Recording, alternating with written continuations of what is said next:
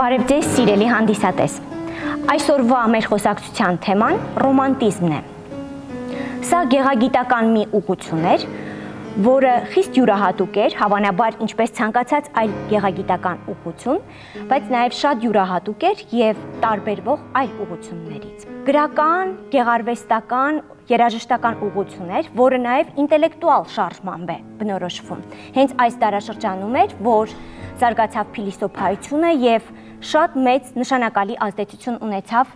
գեղարվեստական եւ գրական ուղղությունների վրա։ Ռոմանտիզմը սկսեց ձևավորվել 18-րդ դարի վերջից, իսկ կայացավ եւ որպես ձևավորված ուղղություն գոյություն ունեցավ արդեն 19-րդ դարում։ Եվրոպական մշակույթին է վերաբերում եւ եթե դասական երաժշտության մասին խոսելիս եվրոպական որոշակի տարածք ենք նկատի ունենում, ապա ռոմանտիզմի պարագայում աշխարհագրական մասշտաբները ընդլայնվեցին։ Այսինքն խոսում ենք մի մշակույթի մասին, որը 19-րդ դարի եվրոպական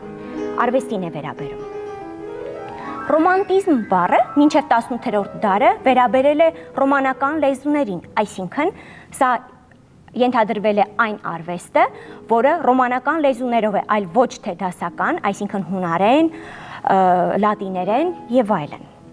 Իսկ այնուհետև բառի իմաստը փոխվել է եւ փաստորեն մենք ռոմանտիզմ ասելով նկատի ենք ունենում գեղագիտական մի հսկայական ուղղություն։ Ինչպես եւ ամեն մի այլ գեղագիտական ուղղություն, ռոմանտիզմը ուներ նախադրյալներ իր ստեղծման համար, հատկապես պատմական, սոցիալական, քաղաքական առումներով։ Առաջին հերթին դրան նպաստեցին բուրժուական հեղափոխությունը Ֆրանսիայում 1789 թվականի հեղափոխության մասին է խոսքը, որին տարիներ անց հաջորդեցին նապոլեոնյան արշավանքները եւ փաստորեն Նապոլեոնի հետ կապված պատմությունները մինչեւ 1815 թվականը։ Բուրժուական հեղափոխությամբ մարդիկ շատ մեծ հույսեր ունեին բարելավելու եւ փոփոխելու իրենց կյանքը։ Ակնկալում էին ստանալ ազատություն, ակնկալում էին այլ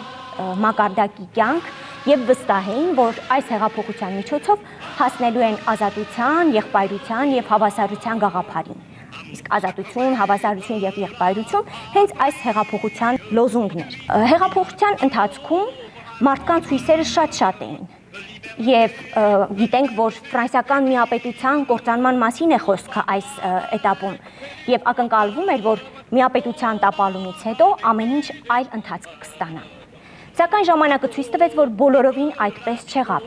եւ սա մարդկանց մեջ շատ մեծ հիասթափություն առաջացրեց։ Եթե սովորական մարդկանց համար հեղափոխության ոչ դրական ընթացքը, այսինքն ակնկալիքները չարդարացան եւ մարդիկ շարունակեցին ապրել իրենց սովորական կյանքով, թեկուզ բողոքելով, դժգոհելով, սակայն արվեստագետների համար այս ամեն ինչը այլ նշանակություն ստացավ։ Արվեստագետները սկսեցին այլ բաներ փնտրել եւ այլ բաները դրսեւորվեցին հենց արվեստի մեջ։ Ռոմանտիզմը երազանքների արվեստ է, այսինքն ակնկալիքները, որոնք չարդարացվեցին հեղափոխության արդյունքում, պիտի դրսևորվեին որևէ կերպ երազանքների միջոցով, այսինքն երազանքի դրսևորման միջոցով ստեղծվեց գեղագիտական այս ուղղությունը։ Հիասթափության մեծությունը պատկերացնելու համար հետաքրքիր օրինակ է Բեթհովենը։ Նա Նապոլեոնով շատ հիացած էր եւ վստահ էր, որ Նապոլեոնը շատ բան է փոխելու իրենց կյանքում։ Եվ իր սիմֆոնիաներից մեկը նվիրել էր հենց Նապոլեոնին։ Իր ձեռքով գրել էր սիմֆոնիայի պարտիտուրի վրա, որ նվիրում է Նապոլեոնին։ Это финал? Да. У нас есть тема? Героизм. Прекрасно.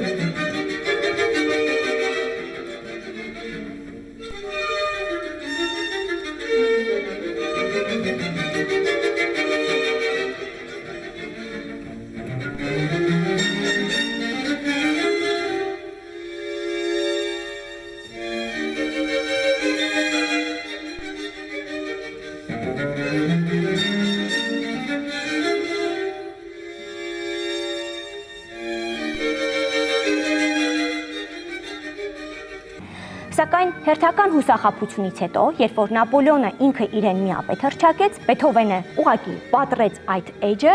եւ ամբողջությամբ իր վերաբերմունքը փոխեց իրողությունների նկատմամբ։ Есть новости из Парижа. Какие новости? Бонапарт провозгласил себя императором. Императором? Да. Устроил коронацию и все остальное. Он больше не первый консул. Он император.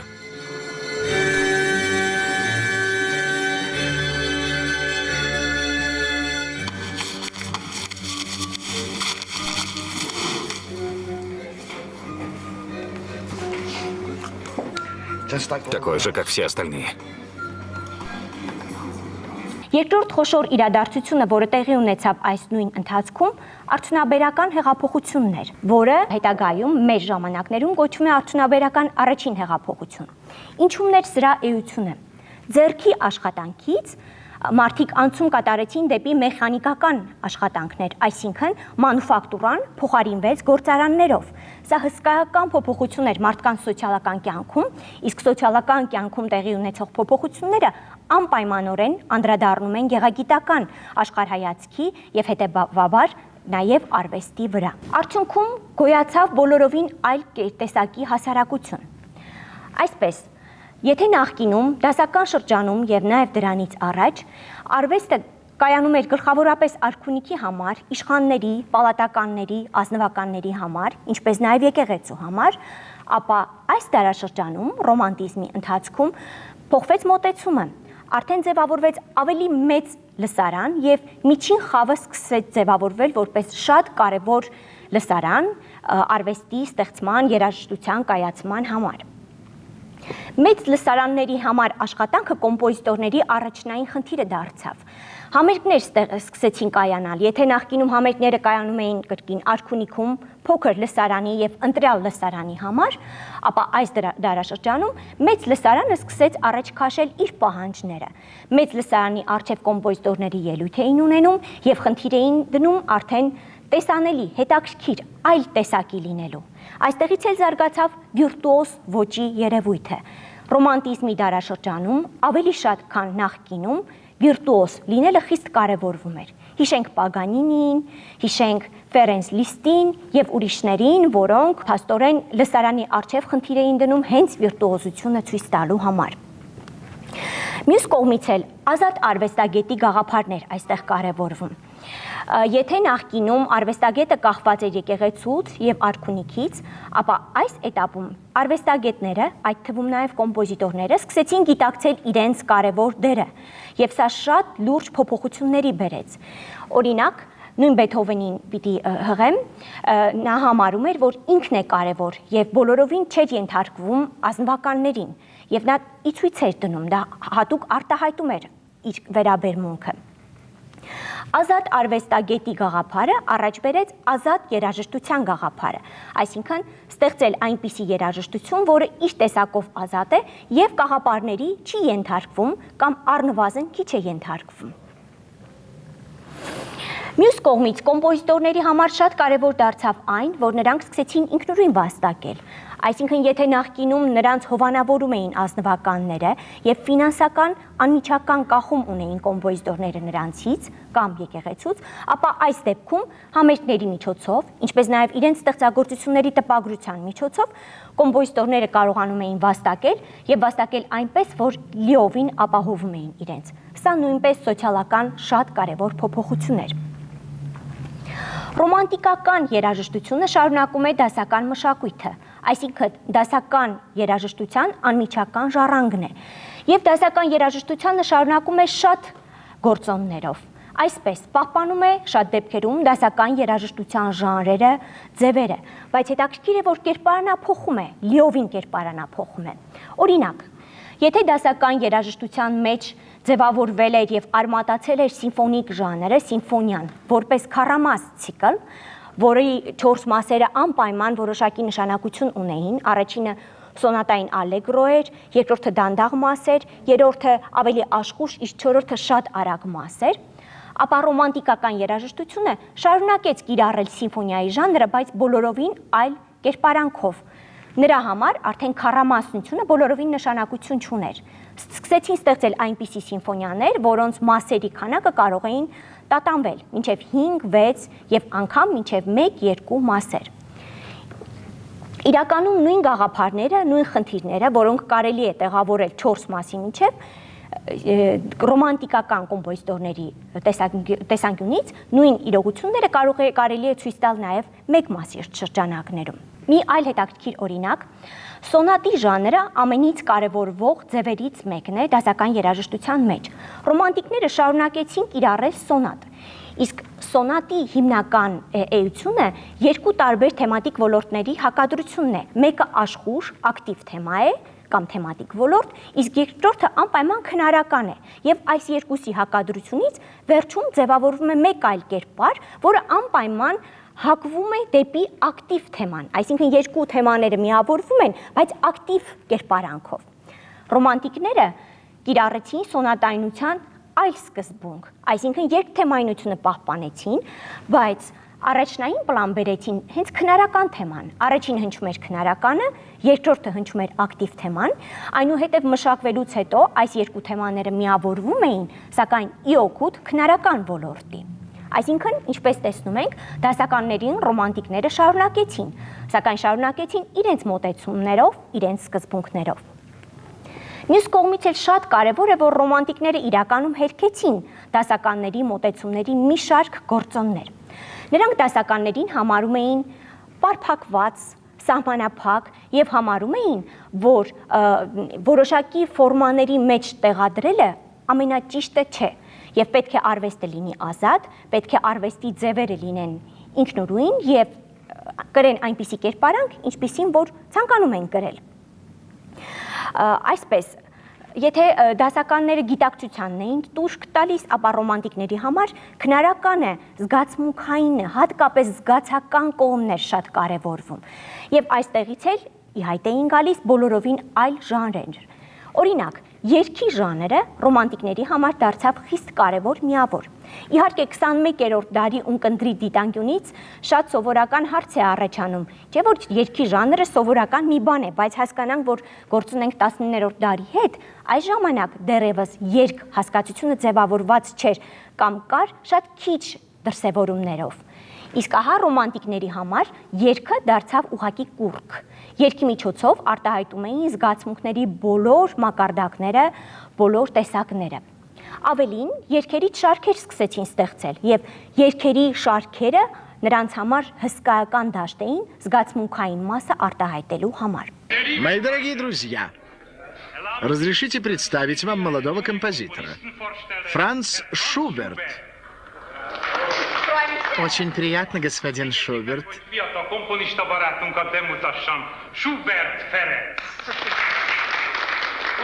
Наш дорогой маэстро Фогль исполнит сейчас несколько его песен. Я спою песню Франца Шуберта к музыке.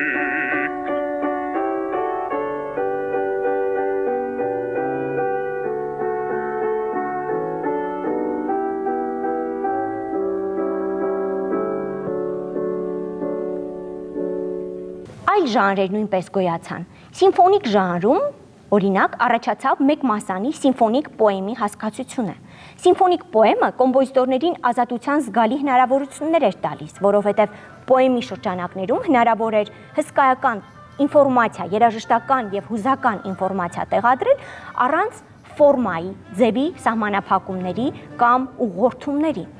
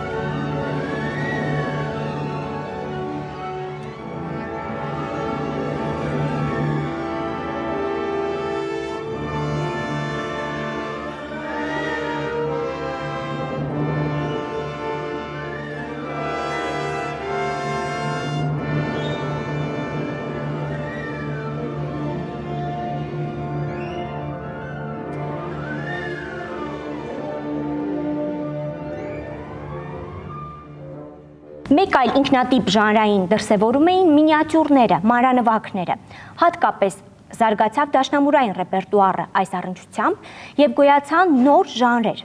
Այսպիսի նոր ժանրերի ստեղծողները բազմաթիվ կոմպոզիտորներ էին։ Օրինակ, Մենդելսոնը առաջ բերեց երգեր առանց խոսքի հասկացությունը, սրա տակ տեղադրելով դաշնամուրային մանրանվագներ, կամ Ֆրեդերիկ Շոպենը առաջ բերեց նոր ժանրեր, ընդ որում հիմնականում հիմնվելով իր լեհական արմատների վրա եւ լեհական ռեպերտուարի վրա։ Այսպես գոյացան մազուրկաները, պոլոնեզները, ինչպես նաեւ այլ ժանրեր, բալլադ, ֆանտազիա եւ այլն։ Այս ժանրերը կոմպոզիտորին հնարավորություն էին տալիս ազատ լինելու եւ ստեղծագործական իր տարբեր մոտեցումները ազատորեն դրսևորելու։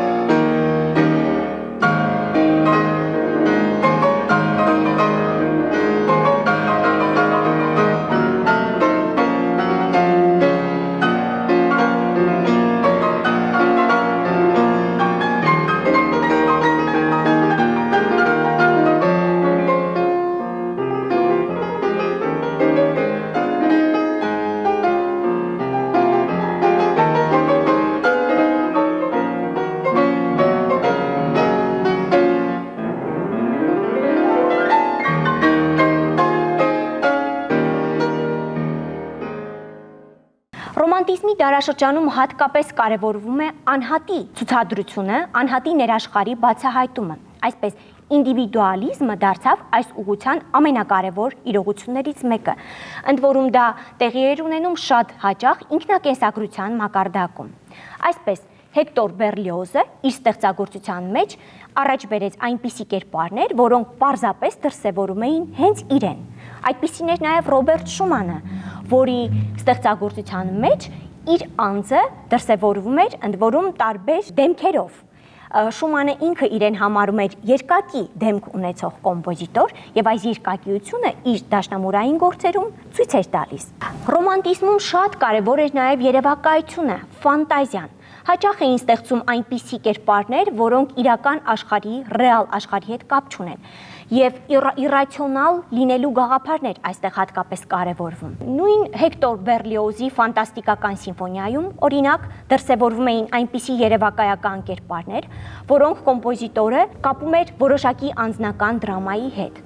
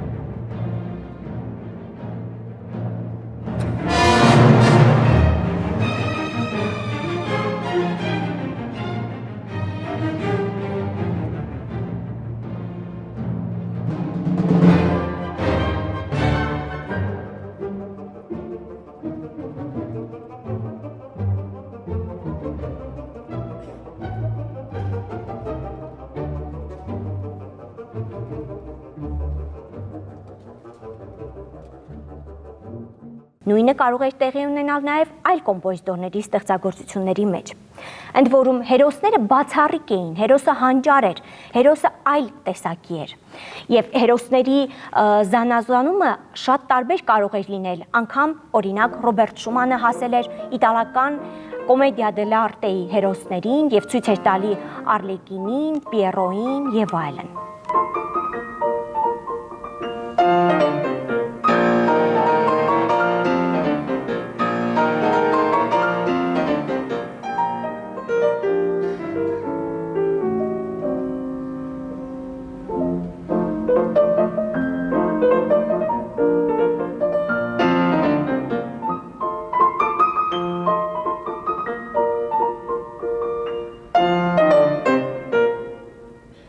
Ռոմանտիզմի առանձնահատկություններից մեկն էր պատմողական լինելը, պատմողական ռապսոդիկ լինելը, եւ այստեղից էլ գոյացավ ռապսոդիայի ժանրը։ Այս ժանրի առանձնահատկությունը նույնպես ազատությունն էր եւ փաստորեն ասելիքի պատմության ազատությունը։ Այսպիսի երևույթ մենք հանդիպում ենք Լիստի ստեղծագործություններում։ Իհարկե պատմողականությունը պարտադիր չէ, որ կապվեր ռապսոդիա ժանրի հետ, այլ առհասարակ ռոմանտիկների ստեղծագործությանն էր վերաբերում։ Ինչպես նշեցինք, ռոմանտիզմը դրսևորվում էր նաև այլ արվեստներում։ Նկարչության մեջ, օրինակ, նկարիչները նույնպես ցույց էին տալիս երազող եւ հայացքը այլ ուղղության հառած կերպարների։ Այդպիսին է Կասպար Դավիթ Ֆրիդրիխի նկարը, որը պատկերում է թափառաշրջիկին։ Ռոմանտիզմը հետաքրքիր դրսևորումներ ունեցավ գրականության մեջ։ Օրինակ Ալֆրեդ Մյուսսեի «Դարի զավակի խոստովանությունը» վեպը ցույց է տալիս ժամանակի մարդուն իր ժամանակակից մտորումներով եւ փաստորեն այն խնդիրներով, որոնք մտահոգում էին հենց այդ ժամանակվա մարդուն։ Ռոմանտիզմի խիստ կարևոր առանձնահատկություններից մեկը մեղեդայնությունն է։ Կոմպոզիտորի համար մեղեդին դառնում է առաջնային եւ շատ կարևոր մի բան, ընդ որում մեղեդիները անպայման շատ գեղեցիկ էին, շատ հարուստ, լայնաշունչ, դիապազոնով հսկայական էին, համեմատած նախորդ դարաշրջանների երաժշտության։ Իսկ դինամիկ առումով շատ ընդգրկուն էին եւ կարող եք մի փոքրիկ մեղեդու սահմաններում հնչել 3 պիանոից մինչեւ 3 ֆորտե հնչողություն կարող էր լինել։ Եվ դասականների շատ կարևոր ձեռքբերումներից մեկն էլ ծրագրային երաժշտությունն էր։ Ծրագրային երաժշտությունը ի հայտ է եկել, որ ի հակադրություն մաքուր երաժշտության։ Մաքուր երաժշտություն ասում են երաժշտության այն տեսակին, որը բովանդակային որևէ ենթատեքստ չի ենթադրում։ Իսկ ահա ծրագրային երաժշտության պարագայում երաժշտությունը կապվում է ոչ երաժշտական միջոցների հետ։ Դա կարող է լինել գրականությունը, դա կարող է լինել նկարչությունը եւ այլն։ Օրինակ, Ռուս Մուսորսկին ստեղծեց պատկերներ ցուցահանդեսից շարքը, որտեղ յուրաքանչյուր պիեսը հիմնվում էր պատկերասրահի որոշակի նկարի վրա։ Եվ այսպիսով նա ստանում էր շարք, ընդ որում շարքի ստեղծագործությունները կապվում էին միմյանց հետ ընդհանուր սյուժետային գծով։ Դա մի թեմա էր, որը ցույց էր տալիս հենց դիտողին։ Կամ Լիստը գրեց Դանթե սիմֆոնիան։ Ի վերջո ռոմանտիկների շատ կարևոր ձեռքբերումներից մեկը դարձավ նաև օպերային երաժշտության բնագավառում այլ տեսակի, այլ մոտեցման սկզբունքը։ Այսպես, եթե նախկինում հատկապես առասպելական թեմաներն էին խիստ կարևորվում,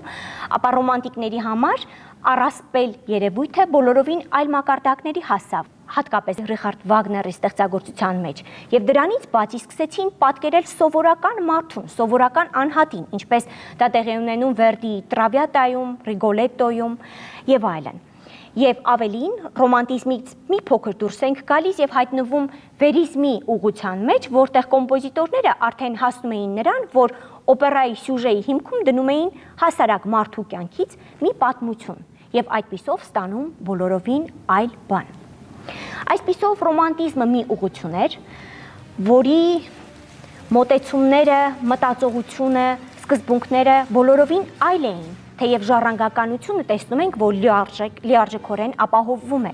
Եվ նաև ռոմանտիզմը մի շատ հետաքրքիր ուղղություն է, որը իր բարդացման ճանապարհին, զարգացման ճանապարհին բերում հասցնում է 20-րդ դարին, որի ընթացքում նույնպես ֆենոմենալ յուրահատուկ երաժշտական միավորներ են ստեղծվել։